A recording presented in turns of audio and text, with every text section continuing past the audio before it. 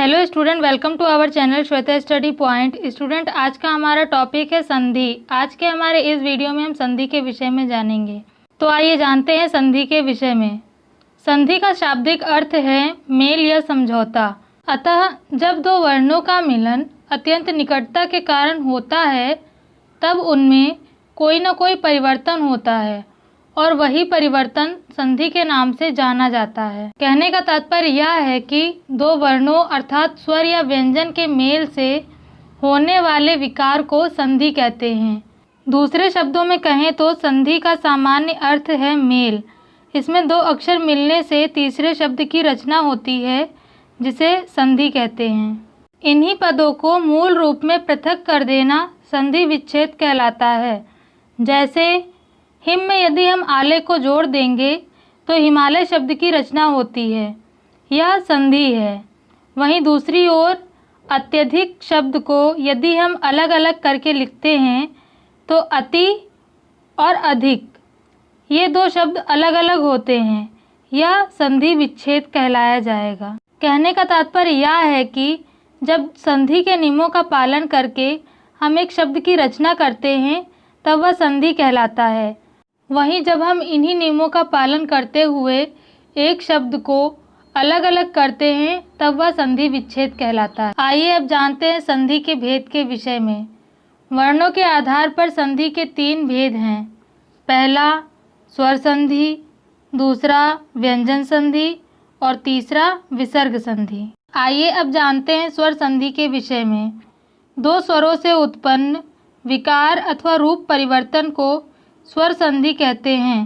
कहने का तात्पर्य यह है कि जब स्वर्ण वर्ण के साथ स्वर वर्ण के मेल से विकार उत्पन्न होता है तब वह स्वर संधि कहलाता है। जैसे विद्या में यदि अर्थी शब्द को जोड़ दिया जाए तब विद्यार्थी शब्द का निर्माण होता है।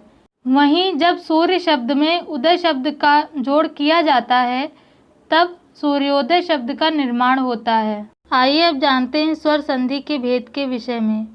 स्वर संधि के 5 भेद होते हैं। पहला दीर्घ संधि, दूसरा गुण संधि, तीसरा वृद्धि संधि, चौथा यड़ संधि और पांचवा अयादि संधि। आइए अब जानते हैं दीर्घ संधि के विषय में।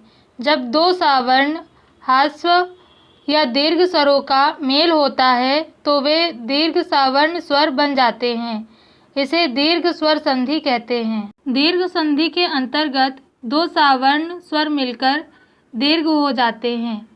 जैसे यदि आ, ई, उ और री के बाद वे ही ह्रस्व या दीर्घ स्वर आएं तो दोनों मिलकर क्रमशः आ, ई, उ, री हो जाते हैं। जैसे यदि आ स्वर में आ स्वर को जोड़ दिया जाए तो वह आ स्वर बन जाएगा। दीर्घ संधि के अंतर्गत इसी नियम का पालन करते हुए शब्दों की संधि की जाती है। जैसे अत्र में यदि हम अभाव को जोड़ेंगे तो अत्राभाव शब्द का निर्माण होगा। वहीं जब हम कोण में अर्क को जोड़ देंगे तब कोणार्क शब्द का होगा। आइए अब जानते हैं गुण संधि के विषय में। आ के साथ ई का मेल होने पर ए, उ का मेल होने पर ओ तथा री का मेल होने पर अर हो जाने का नाम गुण संधि है। कहने का तात्पर्य यह है कि यदि आ के साथ ई स्वर का जोड़ किया जाए तब ए स्वर की उत्पत्ति होगी। इसी नियम का पालन करते हुए यदि हम देव शब्द में इंद्र शब्द को जोड़ देते हैं तब देवेंद्र नामक शब्द का निर्माण होगा। इस नियम का पालन करते हुए जिन शब्दों की संधि की जाती है वे गुण संधि के अंतर्गत आते हैं। आइए अब जानते हैं वृद्धि संधि के विषय में। आ का मेल ए के साथ होने से आए तथा आओ के साथ होने से औ में परिवर्तन को वृद्धि संधि कहते हैं। कहने का तात्पर्य यह है कि यदि आ स्वर में ए स्वर को जोड़ दिया जाए तो आए स्वर की उत्पत्ति होती है। जैसे यदि सदा शब्द में एव शब्द को जोड़ दिया जाए तो सदैव शब्द का निर्माण होगा। आइए अब जानते हैं यड़ संधि के विषय में। ई, ऊ या री का मेल यदि आसमान स्वर से होता है तो ई को य, ऊ को व और री को रा में परिवर्तित किया जाता है। इसे यड़ संधि कहते हैं।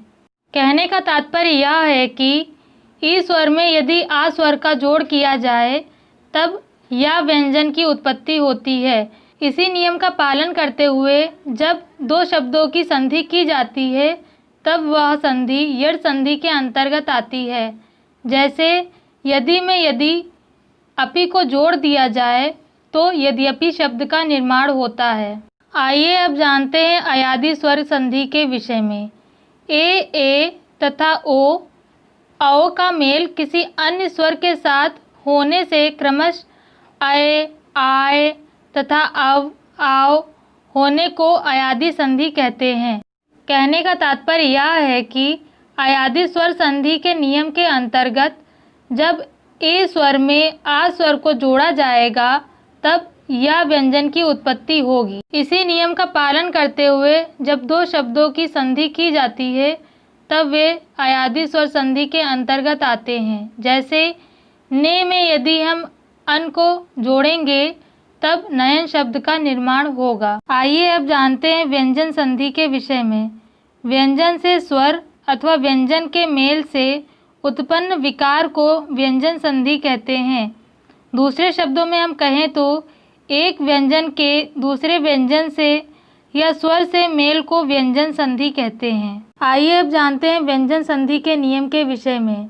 व्यंजन संधि का पहला नियम, यदि माँ के बाद कोई व्यंजन वर्ण आए तो माँ का अनुस्वार हो जाता है या वह बाद वाले वर्ग के पंचम वर्ण में भी बदल सकता है। जैसे अहम में यदि कार को जोड़ दिया जाए तो वह अहंकार में बदल जाएगा। व्यंजन संधि का दूसरा नियम, यदि त द के बाद ला रहे तो त द ला में बदल जाते हैं और ना के बाद ला रहे तो न का अनुनासिक के बाद ला हो जाता है। जैसे उत शब्द में यदि लास शब्द का योग किया जाए तो उल्लास शब्द का निर्माण होता है। व्यंजन संधि का तीसरा नियम, किसी वर्ग के पहले वर्ण जैसे क, च, ट, त, प का मेल किसी स्वर या वर्ग के तीसरे चौथे वर्ण या र, ला, वा में से किसी वर्ण से हो तो वर्ण का पहला वर्ण स्वयं ही तीसरे वर्ण में परिवर्तित हो जाता है। जैसे दिक् में यदि गज का योग किया जाए तो दिग्गज शब्द का निर्माण होगा। व्यंजन संधि का चौथा नियम, यदि क, च, ट, त, प के बाद न या म आए तो क, च, ट, त, प इत्यादि व्यंजन वर्ग के पंचम वर्ण में बदल जाएंगे। जैसे वाक में यदि मय का योग किया जाए तो वाड्मय शब्द का निर्माण होगा। व्यंजन संधि का पांचवा नियम, सकार और ता वर्ग का सकार और चा वर्ग के योग में सकार और चा वर्ग तथा शकार और टा वर्ग के योग में शकार और टा वर्ग हो जाता है। जैसे रामस में यदि शेते शब्द को जोड़ दिया जाए तो रामस शेते शब्द का निर्माण होता है। यहाँ इस शब्द की संधि करने के लिए स में श का योग किया गया है। व्यंजन संधि का छठा नियम, यदि वर्गों के अंतिम वर्णों को छोड़ शेष वर्णों के बाद ह आए तो ह पूर्व वर्ण के वर्ग का चतुर्थ वर्ण हो जाता है और ह के पूर्व वाला वर्ण अपने वर्ग का तृतीय वर्ण हो जाता है। जैसे उत में यदि हत का योग किया जाए तो उद्धत शब्द का निर्माण होता है। व्यंजन संधि का सातवां नियम, स्वर के साथ छ का मेल होने पर छ के स्थान पर चिच हो जाता है। जैसे इस नियम का पालन करते हुए यदि परि शब्द में छेद शब्द का योग किया जाए तो परिच्छेद शब्द का निर्माण होता है। व्यंजन संधि का 8वां नियम, त या द का मेल च या छ से होने पर त या द के स्थान पर च होता है। ज या झ से होने पर ज, ट या ठ से होने पर ट, ड या ढ से होने पर ड और ला से होने पर ला होता है। कहने का तात्पर्य यह है कि व्यंजन संधि के इस नियम के अंतर्गत जब त या द का मेल च या छ से होता है तब त या द व्यंजन च व्यंजन में परिवर्तित हो जाते हैं। जैसे जगत में यदि छाया का योग किया जाए तो जगत छाया शब्द का निर्माण होगा। व्यंजन संधि का 9वां नियम, इसके अनुसार ता का मेल किसी स्वर के साथ होने पर य, ग, घ, द, ध, ब, भ, र इत्यादि व्यंजन से होने पर ता के स्थान पर दा हो जाता है। जैसे सत में यदि इच्छा का योग किया जाए तो सदिच्छा शब्द का निर्माण होगा। व्यंजन संधि का 10वां नियम, त या द का मेल श से होने पर त या द के स्थान पर च और श के स्थान पर छ हो जाता है।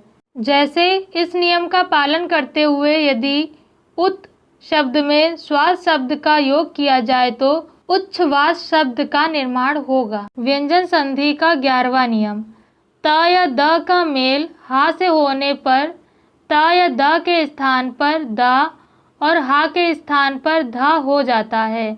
जैसे इस नियम का पालन करते हुए यदि पद शब्द में हति शब्द का योग किया जाए तो पद्धति शब्द का निर्माण होगा। व्यंजन संधि का 12वां नियम, म का क से म तक किसी वर्ण से मेल होने पर म के स्थान पर उस वर्ण वाले वर्ग का 5वां वर्ण हो जाएगा।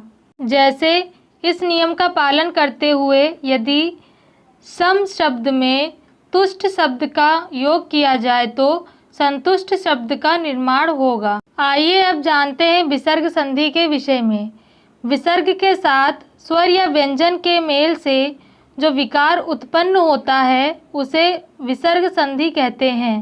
कहने का तात्पर्य यह है कि स्वर और व्यंजन के मेल से विसर्ग में जो विसर्ग होता है उसे विसर्ग संधि कहते हैं।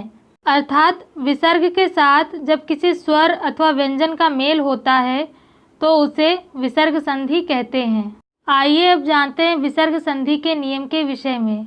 विसर्ग संधि का पहला नियम, यदि विसर्ग के पहले आ आए और उसके बाद वर्ग का तृतीय, चतुर्थ या पंचम वर्ण आए या फिर य, र, ल, व, ह रहे तो विसर्ग का उ हो जाता है और यह उ पूर्ववर्ती आ से मिलकर गुण संधि द्वारा ओ हो जाता है।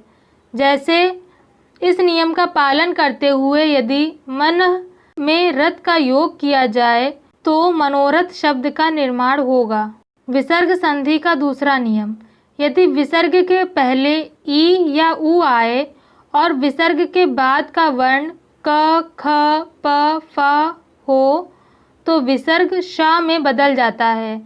जैसे इस नियम का पालन करते हुए यदि नि में कपट का योग किया जाए तो निष्कपट शब्द का निर्माण होता है। विसर्ग संधि का तीसरा नियम, विसर्ग से पूर्व आ तथा बाद में क, ख या प, फ हो तो कोई परिवर्तन नहीं होता। जैसे प्रातः में यदि काल का योग किया जाए तो इससे प्रातः काल शब्द का निर्माण होगा। विसर्ग संधि का चौथा नियम, यदि ई उ के बाद विसर्ग हो और इसके बाद र आए तो ई उ का ई उ हो जाता है और विसर्ग लुप्त हो जाता है। कहने का तात्पर्य यह है कि जब इस नियम का पालन करते हुए शब्दों की संधि की जाती है तब विसर्ग का प्रयोग नहीं किया जाता है। जैसे निह में यदि रव का योग किया जाए तो नीरव शब्द का निर्माण होगा। विसर्ग संधि का पांचवा नियम। यदि विसर्ग के पहले अ और आ को छोड़कर कोई दूसरा स्वर आए और विसर्ग के बाद कोई स्वर हो या किसी वर्ग का तृतीय या चतुर्थ या पंचम वर्ण हो य, र, ल, व, ह इत्यादि व्यंजन हो तो विसर्ग के स्थानों में र हो जाता है। जैसे इस नियम का पालन करते हुए यदि नि में उपाय शब्द का योग किया जाए तो निरुपाय शब्द का निर्माण होगा। विसर्ग संधि का छठा नियम। यदि विसर्ग के बाद च, छ, श हो तो विसर्ग का श, ट, ठ, श हो तो श और त, थ, स हो तो स हो जाता है। जैसे इस नियम का पालन करते हुए यदि नि में चय शब्द का योग किया जाए तो निश्चय शब्द का निर्माण होता है। विसर्ग संधि का सातवां नियम। यदि विसर्ग के आगे पीछे आ हो तो पहला आ और विसर्ग मिलकर ओ हो जाता है और विसर्ग के बाद वाले आ का लोप हो जाता है तथा उसके स्थान पर लुप्ताकार का चिन्ह लगा दिया जाता है। जैसे प्रथम में यदि अध्याय का योग किया जाए तो प्रथमो अध्याय शब्द का निर्माण होगा। विसर्ग संधि का आठवां नियम। विसर्ग से पहले आ को छोड़कर किसी अन्य स्वर के होने पर और विसर्ग के बाद र रहने पर विसर्ग लुप्त हो जाता है और यदि उससे पहले ह्रस्व स्वर हो तो वह दीर्घ हो जाता है। जैसे नि में यदि रस शब्द का योग किया जाए तो नीरस शब्द का निर्माण होगा। विसर्ग संधि का नवा नियम। विसर्ग के बाद श, श, स होने पर या तो विसर्ग यथावत रहता है या अपने से आगे वाला वर्ण हो जाता है। जैसे नि में यदि संदेह शब्द का योग किया जाए तो निसंदेह अथवा निस्संदेह शब्द का निर्माण होगा। ये तीनों संधियां संस्कृत से हिंदी में आई हैं। हिंदी की निम्नलिखित 6 प्रवृत्तियों वाली संधियां होती हैं। पहला महाप्राणीकरण, दूसरा घोषीकरण, तीसरा हास्वीकरण, चौथा आगम, पांचवा व्यंजन लोपीकरण और छठा स्वर व्यंजन लोपीकरण। आइए अब जानते हैं इन संधियों के विषय में। पहला पूर्व स्वर लोप। इस संधि के अंतर्गत 2 स्वरों के मिलने पर पूर्व स्वर का लोप हो जाता है। इसके 2 प्रकार होते हैं। पहला अविकारी पूर्व स्वर लोप। जैसे मिल में यदि अन का योग किया जाए तो मिलन शब्द का निर्माण होगा। वहीं अविकारी पूर्व स्वर लोप के अंतर्गत यदि छल शब्द के साथ आवा शब्द का योग किया जाए तो छलावा शब्द का निर्माण होगा। दूसरा विकारी पूर्व स्वर लोप। इस स्वरलोप के अंतर्गत यदि भूल शब्द के साथ आवा शब्द का योग किया जाए तो भुलावा शब्द का निर्माण होगा। वहीं लूट में ऐरा शब्द का योग किया जाए तो लुटेरा शब्द का निर्माण होगा। आइए अब जानते हैं हास्यकारी स्वर संधि के विषय में। 2 स्वरों के मिलने पर प्रथम खंड का अंतिम स्वर हास्य हो जाता है। इसकी भी 2 स्थितियां होती हैं। पहला अविकारी हास्यकारी और दूसरा विकारी हास्यकारी। आइए अब जानते हैं आगम स्वर संधि के विषय में। इसकी 2 स्थितियां होती हैं। पहला अविकारी आगम स्वर। इसमें अंतिम स्वर में कोई विकार नहीं होता है।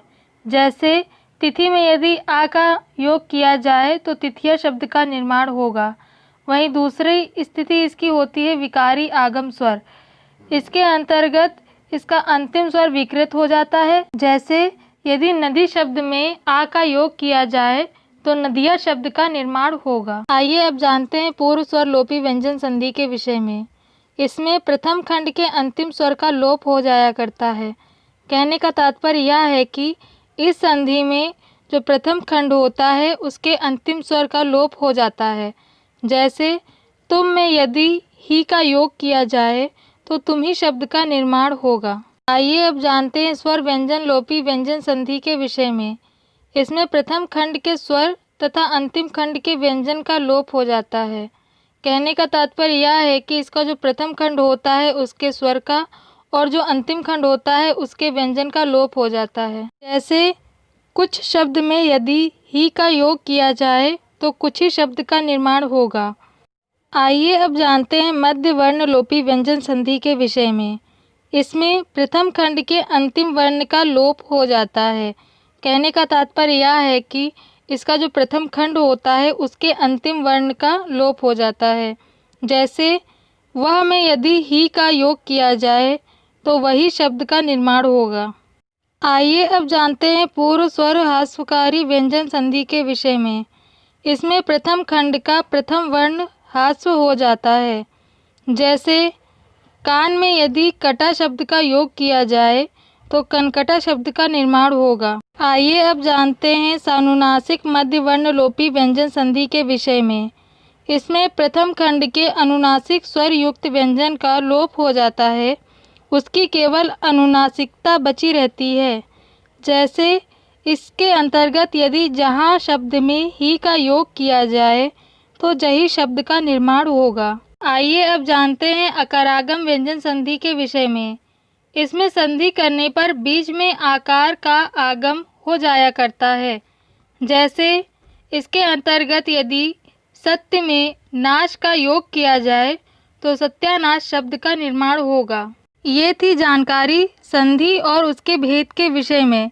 अगर आपको मेरा वीडियो पसंद आया हो तो वीडियो को लाइक और शेयर ज़रूर करें। चैनल को सब्सक्राइब करना ना भूलें। साथ ही बेल आइकन को ज़रूर दबाएं जिससे कि आपको मेरी आने वाली नई वीडियो की नोटिफिकेशंस मिल सके।